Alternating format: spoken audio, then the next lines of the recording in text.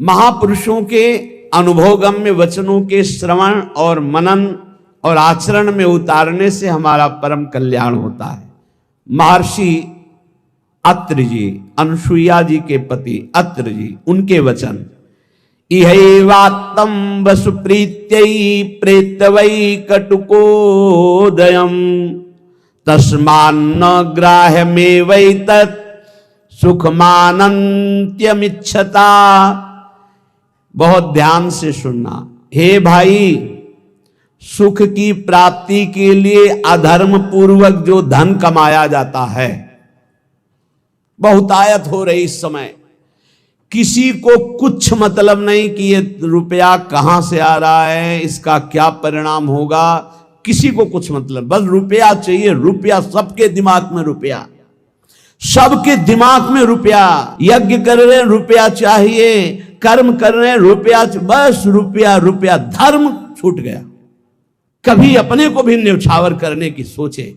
हम इतने शास्त्रों का वर्णन करते, कहीं भी ऐसा नहीं लिखा हुआ है। आज तक हमें कोई खड़ा होकर बता ना कि उस प्रवचन में कहा था। है 4 रोटी आप खा रहे हो, कोई भूखा नजर आ रहा है, आज का भोजन आप दे दो, उपवास कर लो, ये बढ़िया बात है। आप सब्जी लेने जा रहे हो, 100 200 500 रुपया, कोई बीमार आदमी है, उसकी आप आज नमक रोटी खा लो, दे दो उसको, उसकी दवाई का काम करे। ये तो बातें समझ में आती है। अरे विश्वंभर भगवान सच्चिदानंद की बात करते हो, तुम्हें खुद भरोसा नहीं सच्चिदानंद में। हम कह रहे हैं ईमानदारी से गौ सेवा करो, अगर बिना मांगे ना आ जाए तो हमें बताना। गोविंद तुम्हारे दरवाजे पर द्वारपाल बना खड़ा रहेगा। गौ सेवा करते हो, चाहे संत सेवा करते हो, चाहे जो भी कार्य करो, तुम्हें भरोसा उस गोविंद का होना चाहिए जिसका यश गाते हो, जिसके लिए करते हो। वो विश्वंभर सब जग का भरण पोषण करता है। हमारी समझ में नहीं आता है। ये मांगने की जरूरत कहां है? मांगना तो शब्द बिल्कुल नहीं। अगर भगवत भरोसा है तो मांगना कैसे आ गया जीवन में? अब यहां देखिए, यही वात्तम वसु प्रीत्यै प्रेत्यवै कटुकोदयम। खूब मेहनत करो, धर्म पूर्वक धन कमाओ, परिवार के पोषण में लगाओ। बिल्कुल चवन्नी देने की जरूरत नहीं बाहर। हम तुम्हें कह रहे हैं, उन्हीं को भगवत स्वरूप मान लो। माता पिता परिवार, खूब उनको संतुष्ट करो। घर में ठाकुर जी विराजमान कर लो, भोग लगाओ, परिवार को पवाओ, नाम जप करो। 1 पैसा देने की जरूरत नहीं, तुम्हें भगवत प्राप्ति होगी। हमारी बात समझ लो। अब तुम्हारे पास 100 रुपया एक्स्ट्रा है कि हमारे सब प्रयोग से, हर कार्य से, अब उनको सोचो, ऐसी जगह हम 100 रुपया देंगे जहां कोई हमको नमस्कार न करे, कभी लौट कर हमसे राधे श्याम न बोले। ऐसी जगह चुपचाप ऐसे दे दो, कोई जाने ना। ये हुआ दान धर्म। सो धन धन्य प्रथम गति जाकी। जहां कोई तुमसे मांगे ना हो, जहां कोई तुमको नमस्कार न करे, जहां तुम्हारा आदर ना हो, ऐसी जगह नेकी कर, दरिया में डाल की तरह। कोई दोबारा तुमसे कि ये वही आदमी जो 100 रुपया दिए था, कभी ऐसा ना बोलने वाला हो। ऐसी जगह धर्म पूर्वक कमाई को ऐसे दान किया है। अब यहां महर्षि अत्रि जी कह रहे हैं, इहैवात्तं वसुप्रीत्यै। धर्म क्या है, वैराग्य क्या है, भगवत मार्ग क्या है, परम कल्याण क्या है, जगत मंगल क्या है, बस प्रवचन में रह गया है। ये संसार घृणित है, ये संसार धोखेबाज है, बस वही लौकिक। इहैवात्तं वसुप्रीत्यै प्रेत्यै वै कटुकोदयम्। सबके दिमाग में सोने से जागने तक, जैसे अनन्य भक्त के चिंतन में केवल हरि राधा, ऐसे संसारी के केवल दिमाग में रुपया, सुबह से शाम तक, शाम से सुबह तक। और लक्ष्मी जिनके चरण को चापती रहते हैं, ऐसे हरि से विमुख, पापाचरण करके रुपया इकट्ठा किया तो बोले इस लोक का धन यही रह गया। अब मृत्यु के बाद जो कटु परिणाम उत्पन्न होगा उस धन कमाई का, इसलिए होश में हो जाओ। यदि अभी तक पापाचरण से धन कमाया हो तो उसको ऐसी जगह दान कर दो जहां दूसरों की दवाइयां होती हो, दूसरों के कष्ट निवारण होते हो, दूसरों का उदर पोषण होता हो, वस्त्र आदि, गऊओं का चारा आदि अगर हो, अधर्म पूर्वक कमाया हो तो हटा देना। नहीं मरोगे तो दुर्गति होगी और जिंदा में परिवार को नाश कर देगा वो धन। लिख लो हमारे शब्द। जिंदा में जिनके लिए तुम एकत्रित किया है उनका नाश करेगा, बुद्धि का नाश, स्वास्थ्य का नाश, तांडव मचाएगा घर में अधर्म का धन। और मरोगे तब कह रहे हैं कि तुम्हारी दुर्गति कर देगा। वही अधर्म का कमाया धन यहां बैंक में रह जाएगा, उसका कमाने का जो कर्म था वो तुम्हारी दुर्गति कर देगा। महाराज अत्रि कह रहे हैं तस्मान ग्राह्य में वै तत् सुखमानंत्यमिच्छता, इसलिए परम सुख प्राप्ति के लिए अधर्म पूर्वक धन कमाने की इच्छा मत करो। अनंत महिमा में भगवान ने धर्म की स्थापना की, पहले धर्म फिर धन। धर्म अर्थ काम मोक्ष, पहले धर्म को आगे रख करके धन कमाओ। पहले था चाहे प्राण चले जाएं, धर्म नहीं जाना चाहिए। देखा महापुरुषों को, गुरुजनों को, प्राणों की बाजी लगा दी, शहीद हो गए अपने राष्ट्र पर, अपने धर्म पर, अपने भगवत भाव पर। परः प्राणाम पुरुषो यस्य तुष्टो जनार्दनः सा प्राप्नोत्यक्षयम् स्थानमेतत् सत्यम मयोदितम्। इस माया से परे परमात्मा है, वह परम पुरुष जनार्दन श्री कृष्ण जिस कार्य से जिससे संतुष्ट हो गया वही परम सुखी, वही परम धनवान, वही अक्षय पद को प्राप्त करता है। मैं सत्य सत्य सत्य कहता हूं। इसलिए मानव जीवन प्राप्त करके धर्म का आचरण करो। धर्म के द्वारा संपादित किया हुआ तुम्हारा जीवन, जितने भी कर्म, वो तुम्हें महासुख प्रदान करेंगे। ना गुणान गुणिनो हंति स्तौति मंद गुणानपि नान्य दोषेषु रमते सानसूया प्रकीर्तिताः। जब कभी किसी गुणी की तुम्हारे सामने प्रशंसा होने लगे तो खंडन मत करना, किसी के गुणों का खंडन मत करो। और जब किसी के दोषों की चर्चा होने लगे तो कान में अंगुली डाल के वहां से चले जाओ। जब किसी की महिमा गाई जा रही हो तो आनंदित होकर सुनो, भगवान की विभूति है जिसका वर्णन हो रहा है। लेकिन जब किसी की निंदा की जा रही हो तो कान में अंगुली डाल के उस सभा से निकल जाओ, क्योंकि सभा में जो जो बैठा होगा उसको सबको पाप लगेगा। द्रौपदी जी को निर्वस्त्र करने का आदेश दुर्योधन ने दिया, उठ के चले जाना चाहिए। भीष्म जी को, द्रोणाचार्य जी को, अश्वत्थामा जी को, इन बड़े बड़े महापुरुषों को नहीं गए ना, नहीं रोका ना। कुछ भी हो, अगर भीष्म जी खड़े हो जाते तो किसी की ताकत थी बोले, परिणाम क्या हुआ? भगवान ने सबको मार के गिरवा दिया, सबको दंड भोगना पड़ा। जिस सभा में शास्त्र निंदा हो रही हो, संत निंदा हो रही हो, भगवत भक्त निंदा हो रही, धर्म की निंदा हो रही हो, आपकी सामर्थ्य है तो उसकी जबान बंद कर दो, नहीं तो कान में अंगुली डालो, उठ के चले जाओ। उत्तम बात यही, कान में अंगुली डालो, उठ के चले जाओ, क्योंकि सामर्थ्य की बात कानून विरुद्ध हो जाएगी। कुछ भी करना कानून के विरुद्ध होगा। परस्मिन बंधु वर्गे वा मित्रे द्वेषे रिपौ तथा आपन्ने रक्षितव्यम तु दयैषा परिकीर्तिताः। चाहे कोई पराया, चाहे कोई अपना हो, चाहे भाई हो, चाहे दुश्मन हो, यदि आप भक्त हैं तो आपका व्यवहार राग और वैर से रहित होना चाहिए। भाई के प्रति राग नहीं और दुश्मन के प्रति वैर नहीं। अगर भारी विपत्ति में भाई फंस जाए तो हम कैसे करेंगे? उसकी दुख निवृत्ति। ऐसे अगर दुश्मन भी फंस जाए तो हम उसकी दुख निवृत्ति का कार्य करेंगे। दुश्मन है, वो हमें गाली देता है, अपमानित करता है, हमारा बुरा चाहता है, लेकिन हम उसका मंगल चाहेंगे, बोले उसे भक्त कहते हैं। उसे कहते हैं वो राग द्वेष रहित भगवान का भक्त जो दयावान है।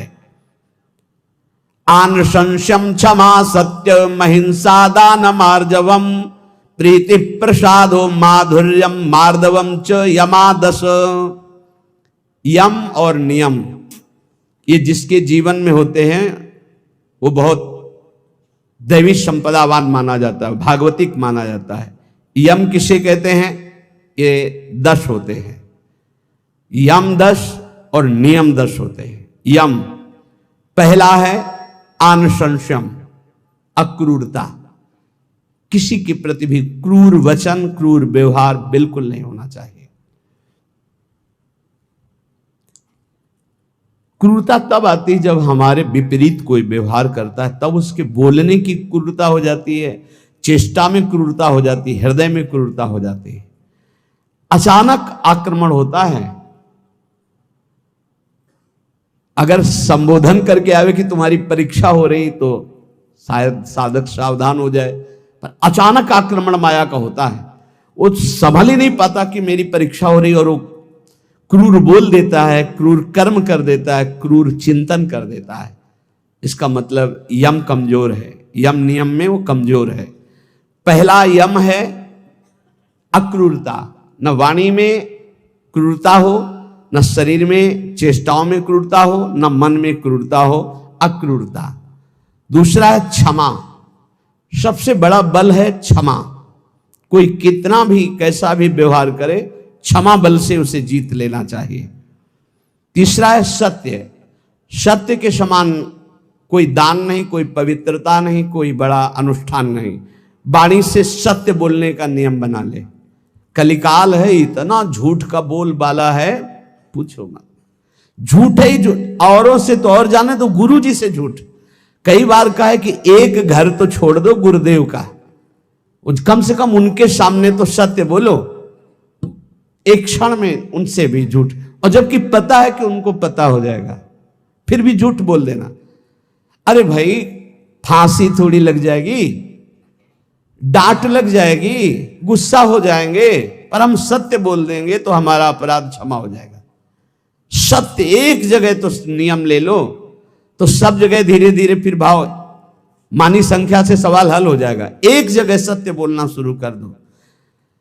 वाणी में सत्य बोलना, ये यम का नियम। अक्रूरता, क्षमा और सत्य।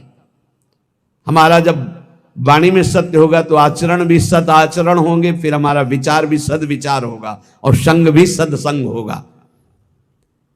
यम अगला सत्य के बाद अहिंसा, किसी की भी हिंसा न करना, न मन से, न वचन से, न कर्म से। सत्यम, अहिंसा और दान। सुधन धन्य प्रथम गतिया की दान। बस दान का तात्पर्य इतना ही समझ लो, अहंकार रहित त्वदीयम वस्तु गोविंदम तुभ्यमेव समर्पये। हे प्रभु, आपके द्वारा दी हुई वस्तु, तो ये परिवार से थोड़ा, हमारे परिवार भर के लिए इतना प्रयोग हो गया, 10 रुपया बढ़े, बस ऐसा। ये हमने कहीं नहीं सुना। गरीब आदमी अगर एक बछिया दान करता है तो एक राजा 1 करोड़ गाय दान करे स्वर्णिम आभूषणों से अलंकृत करके, तो उस गरीब आदमी की बछिया के बराबर नहीं होगा। ध्यान रखना, जो गरीब होकर के दान करता है उसका विशेष महत्व होता है। उसकी 4 रोटी उसके पूरे जीवन के कमाई मेहनत से, और तुम 4 करोड़ ऐसे, तो उसकी रोटी के बराबर नहीं हो सकता है। इसलिए दान का विशेष महत्व धर्म द्वारा कमाया हो।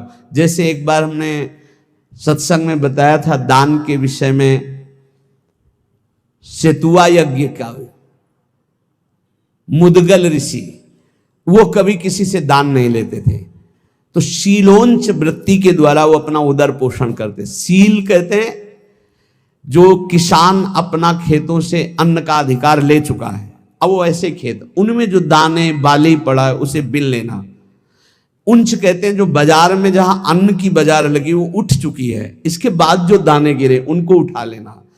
तो वो ऐसे 2-4 किलो सब मिला करके होता होगा। उससे 12 महीना सतुआ बना लेते थे, और उसको थोड़ा थोड़ा 12 महीना, और उसी से तप करते थे।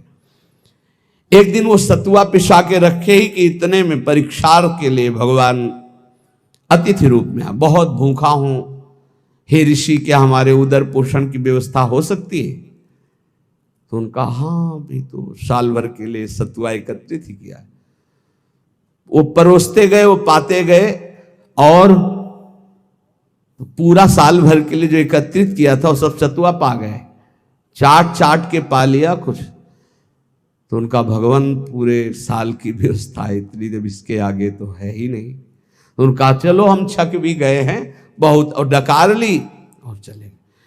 तो एक नेवला वहां से निकला, तो जो 2-4 दाने सतुआ के गिरे थे वो उसके शरीर में छू गए तो स्वर्णिम हो गया, आधा स्वर्ण का। बड़ा उसको चमत्कार मिला।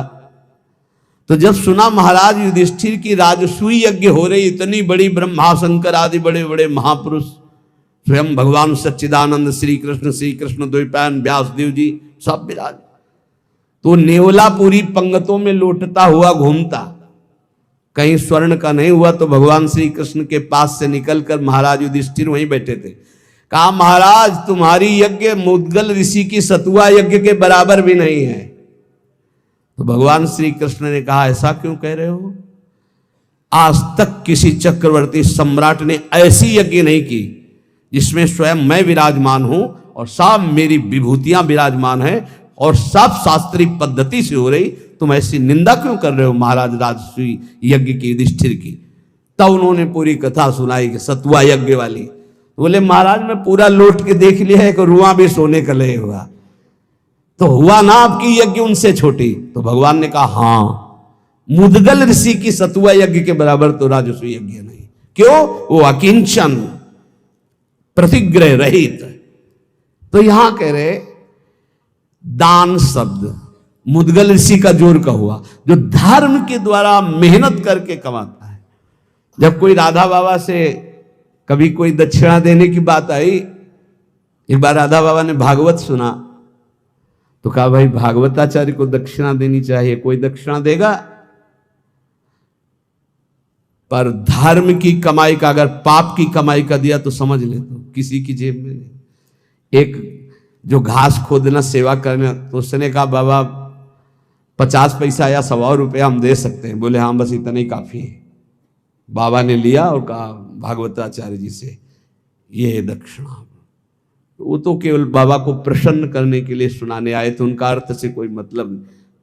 हिम्मत नहीं पड़ी किसी की 10-5 रुपया देने की, केवल वो एक घास खोदने वाला, बाबा मेरी कमाई धर्म की है, ये 100 रुपया या 50 पैसा, चाहो तो 50 ले लो 50 पैसा, या चाहो तो 100 रुपया, इससे ज्यादा हमारे पास व्यवस्था भी नहीं। ये दान वही जो मेहनत के द्वारा किया हुआ। फिर दूसरे को यम, आगे नम्रता, नम्रता विद्या विनयम ददाति। आज पढ़ लिख करके उद्दंड बनते हैं, पढ़े लिखे हैं। पूछो अपने माता पिता के पैर छूते हो? नहीं। माता पिता कहते हैं कहां जा रहे हो? बोले आप अपना देखो, हम स्वतंत्र हैं, हमारा जीवन अपना, हम जो कर रहे हैं वो तुम्हारा अधिकार नहीं। ये है विद्या, ये है विनयम ददाति, ये है विनय। कठोर शब्द बोल रहे हैं माता पिता को, उद्दंडता पूर्वक व्यवहार कर रहे हैं, गुरु का उपहास कर रहे हैं, टीचर का उपहास कर रहे हैं। बच्चों को देखो ना, टीचर का उपहास कर रहे हैं। नम्रता विद्या से आती है, विद्या विनयम ददाति। पढ़ना लिखना ये तभी सार्थक है जब विनय आ जाए। उल्टा हो रहा है, जितना विद्या घमंड बढ़ता चला जा रहा है, अहंकार बढ़ता चला। विद्या रूप महत्व कुल धन जौवन अभिमान, कुछ नहीं मिला, कोई विद्या नहीं। जो जितना विवेकवान, जितना विद्यावान उतना विनयी पाया गया, घमंडी नहीं पाया गया। या उल्टा होता है। क्यों उल्टा होता है? क्योंकि गुरुजनों के चरणों में बैठकर विद्या नहीं ली गई है। इसीलिए पहले गुरुकुलों में भेजा था महापुरुषों के समीप के, वहां विद्या विनय प्रदान करती थी। रजोगुण रहित जीवन ऋषियों के समुदाय में ये भागवतिक वातावरण है।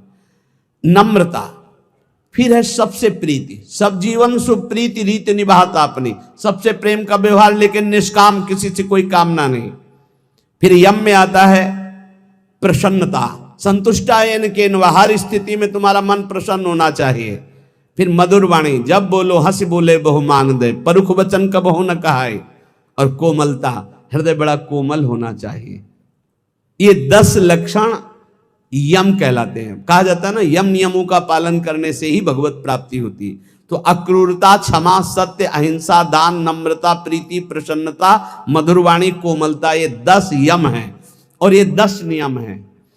शरीर की पवित्रता, वस्त्र की पवित्रता और मन की पवित्रता, तीनों पवित्र होने चाहिए। बिल्कुल ऐसे पशुता रहे, हाथ कोई धो ले तो बड़ी बात है। पहले जल लेके साधु लंगोटा सोटा कमंडल, ये बिल्कुल अब इतना वीआईपी है कि कमंडल रखना बेइज्जती की बात हो जाएगी ना। बाबा जी कमंडल कैसे? कमंडल है, डंडा है, बंधा लंगोटा है, काछ वाछ मन निश्चल राखे, धन धन जननी तेरी। रास्ते में लोग शंका लगी तो कैसे हो गए? आचमन करना है, मूत्रेंद्री का प्रक्षालन करके, हस्त प्रक्षालन करके, आचमन करके, तप है पवित्रता का। ऐसे पूरा शुद्ध वातावरण, शरीर पवित्र, वस्त्र पवित्र, मन अपवित्र। नियम, सबसे पहला नियम पवित्रता, शरीर पवित्र, वस्त्र पवित्र, विचार पवित्र, कितना बढ़िया जीवन होता। दूसरा नियम में है यज्ञ। तो यज्ञानाम जप यज्ञोस्मि, सबसे बड़ी यज्ञ है जप यज्ञ। राधा राधा राधा, नियम ले लो जप यज्ञ का। नियम में तीसरा है तप। अपने धर्म का पालन करते हुए जो आपको कष्ट मिलता है उसको सहना तपस्या कहते हैं। जैसे आप प्रातःकालीन वेला में, प्रातःकालीन क्या, अर्धरात्रि वेला में जगते हैं। प्रातःकाल तो 4 बजे से होता है, यहाँ तो अखंड कीर्तन ही चलता रहता है। पर रोड में हम जब 2 सवा 2 बजे उतरते हैं तो 10-20 हजार लोग खड़े होते हैं और सब साधक जन सेवा में रहते हैं। तो इसका मतलब 1 बजे जगे होंगे, तब तो वहाँ सेवा में पहुँचे। और वो लोग तो हो सकता है कोई 12 बजे से खड़ा हो, कोई 11 बजे से, कोई 1 बजे से। अब जो नींद नहीं लिया, जो कष्ट से, इसे तपस्या के, इससे पाप क्षीण होते हैं, इससे बहुत लाभ प्राप्त होता है। ये बाहरी तपस्या है। समय से स्नान करना, चाहे गर्मी हो चाहे सर्दी हो, समय से अपनी दिनचर्या में आना, चाहे जितना कष्ट हो, ये बाह्य तपस्या में होता है। भोजन आदि ना मिल पाना, फिर भी अपनी दिनचर्या करना। और आंतरिक तपस्या मानी जाती काम क्रोध लोभ आदि को सहना, इनको सहना आंतरिक तपस्या कहे। इन तपस्याओं के अलावा और भी बहुत सी तपस्याओं का वर्णन, पर वो खास बात नहीं। आए हुए वेग को सह जाए सो महात्मा, काम के वेग को, क्रोध के, लोभ के, मोह के वेग को जो सह जाए, ये सबसे बड़ी तपस्या। नियम पवित्रता, नियम जप, नियम तप, कष्ट सहने का स्वभाव, नियम दूसरों को सुख देने का स्वभाव। आओ बैठो बैठो, मृदु भाषण। आप जल पिएंगे? अच्छा, श्री जी का कुछ भोग लगा, आप थोड़ा प्रसाद पा लीजिए। मृदु व्यवहार, सरल व्यवहार। स्वाध्याय नियम, आपका नियम होना चाहिए स्वाध्याय का। ये नियम के अंतर्गत आते, स्वाध्याय नियम पूर्वक। और नियम जनेन्द्री का निग्रह अर्थात ब्रह्मचर्य। नियम में ब्रह्मचर्य व्रत बहुत जोर की बात। गृहस्थ है तो संयम पूर्वक विरक्त है। जनेन्द्री का संयम ब्रह्मचर्य और मौन व्रत, वाणी का मौन व्रत, ये नियम। और अल्पाहार का नियम या उपवास का नियम, बहुत बड़ा भजन में इसका प्रभाव पड़ता है। आपका अधिक भोजन पाने से जो भजन में शक्ति लगनी चाहिए वो भोजन पचाने में लगती, इसलिए भजन में रुचि नहीं होगी, ध्यान रखना।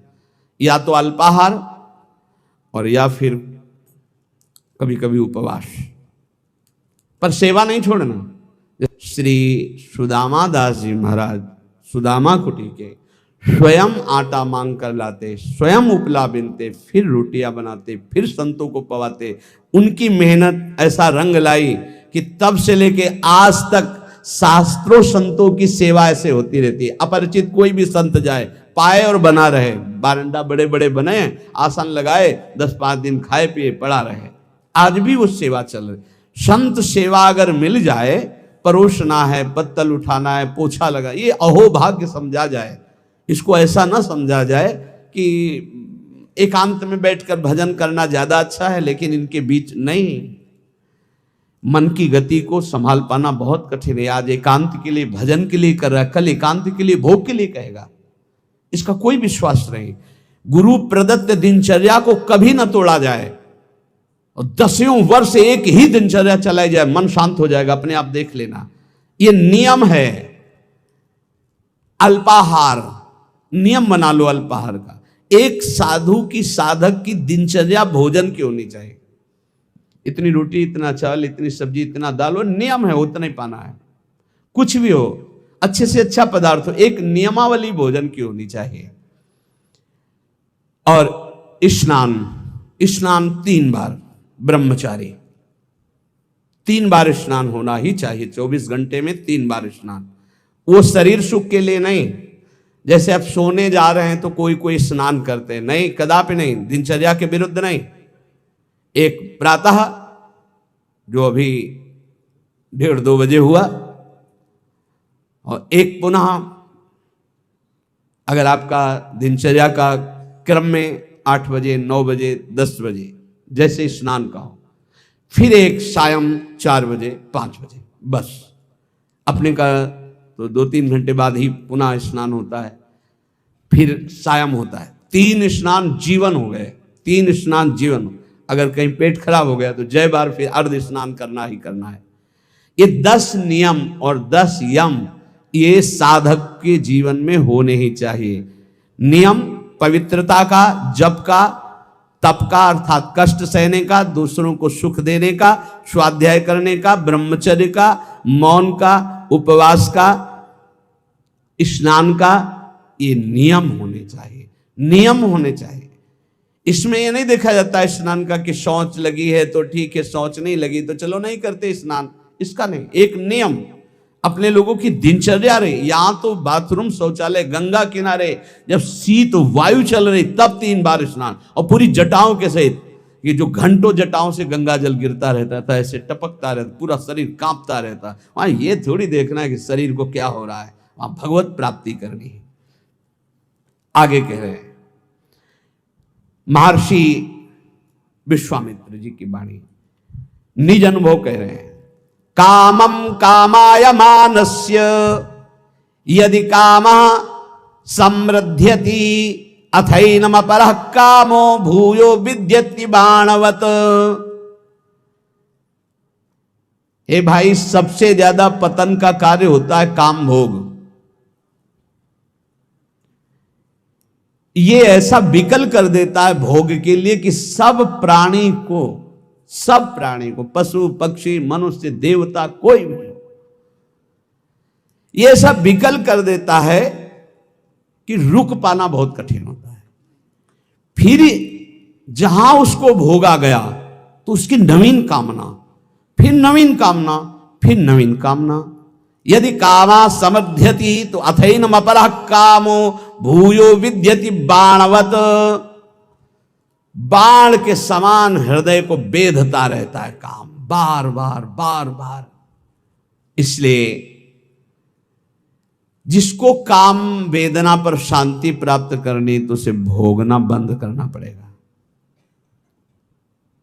जैसे कुम्हार अपनी मटकी को खूब ठोक बजा के देख लेता है कहीं से फूटी तो नहीं, तब बाजार में रखता है, ऐसे ही भगवान और गुरुजन ठोक बजा के देख लेते हैं बिल्कुल पक्का, तो जा, अब जा, तुझे माया त्रिभुवन में त्रिकाल में भी कभी परास्त नहीं कर सकती। देखो एक चीज ध्यान रखना,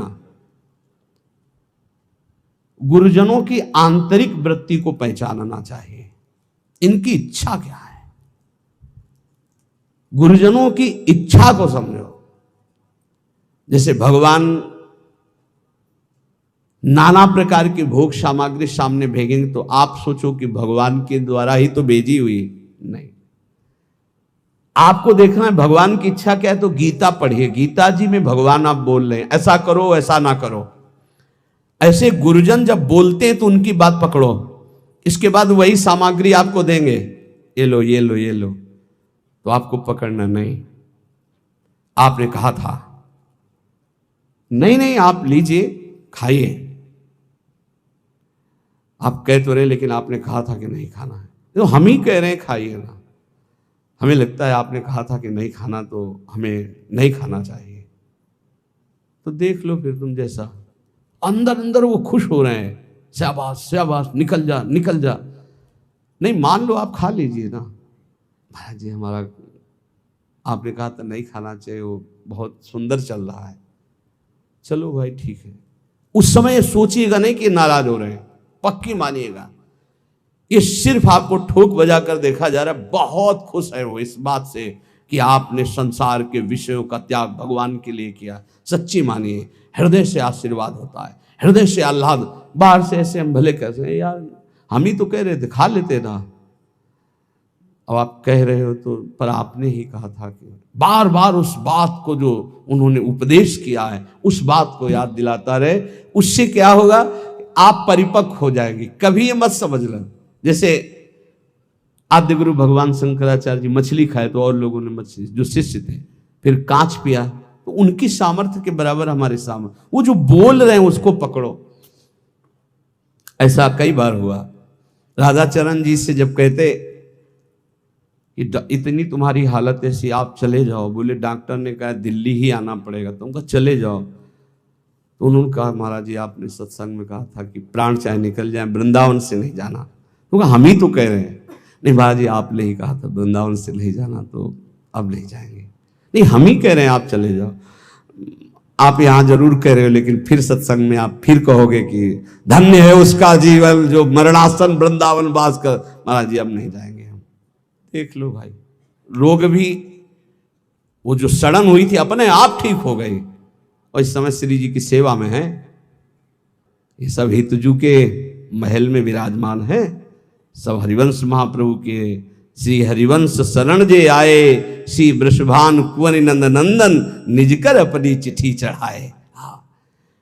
न जातु कामा कामानाम उपभोगेन साम्यति, हविषा कृष्ण वर्तमेव भूय एवाभिवर्धते, कामान अभिलषन् मोहान न नरः सुख मेधते।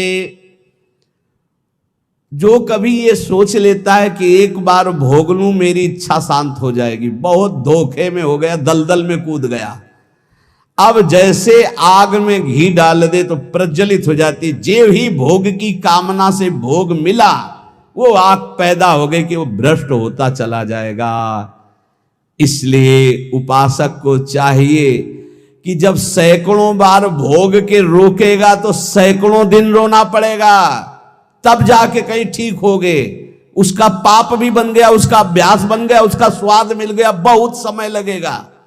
और पहली बार में ही यदि रोक लिया तो ऐसे चट से निकल जाओगे। इसलिए भोग की आकांक्षा उत्पन्न होने पर उपासक को पहली वृत्ति में ही रोक लेना चाहिए। ये ना सोचे कि भोग भोगने के बाद शांति मिल जाएगी, नहीं, ऐसे दलदल में फंस जाओगे, फिर निकलना मुश्किल हो जाएगा। इसलिए सत्य नार कहा प्रतपति, सत्य तिष्ठति मेदिनी। तुम सत्य नियम धारण करो, सत्य बोलो, सत्य आचरण करो। सत्य के प्रताप से सूर्य तेजस्वी है, सत्य के प्रताप से पृथ्वी जल में नहीं डूब रही। सत्य सबसे बड़ा धर्म है, सत्य बोलने के बराबर कोई पुण्य नहीं है। सत्यवान चाहे तो स्वर्ग लोक जाए, चाहे ब्रह्म लोक जाए, जो चाहे वहां जा सकता है, जो चाहे कर सकता है। 1000 अश्वमेध एक आदमी करने वाला और एक आदमी केवल सत्य बोलने वाला तराजू पे तोला जाए तो सत्य बोलने वाला अधिक पुण्यशाली पाया जाएगा। आप देख लीजिए, अश्वमेध सहस्त्रम च सत्यम च तुलया धृतम, अश्वमेध सहस्त्राधि सत्यमेव विशिष्यते। एक आदमी केवल सत्य बोलता है और एक आदमी 1000 अश्वमेध यज्ञ करता है, तो तराजू पे तौला जाए तो सत्य बोलने वाला श्रेष्ठ पाया। मतलब सत्य से बढ़कर कोई यज्ञ नहीं, कोई दान नहीं, कोई तपस्या नहीं, कोई पुण्य नहीं। इसलिए सत्य का ही वचन पूर्वक बोलना, सत्य का ही चिंतन करना, सत्य का ही आचरण करना, तो सच्चिदानंद रूपाय प्रभु श्री कृष्ण की निश्चित प्राप्ति हो जाएगी। खूब नाम जप करो, जो सत्संग सुना है उसका मनन करो, गंदे आचरणों का त्याग करने का नित्य प्रति उत्साह रखो। भगवान सबको बल प्रदान करेंगे और इसी जन्म में हम सब भगवत प्राप्ति करें।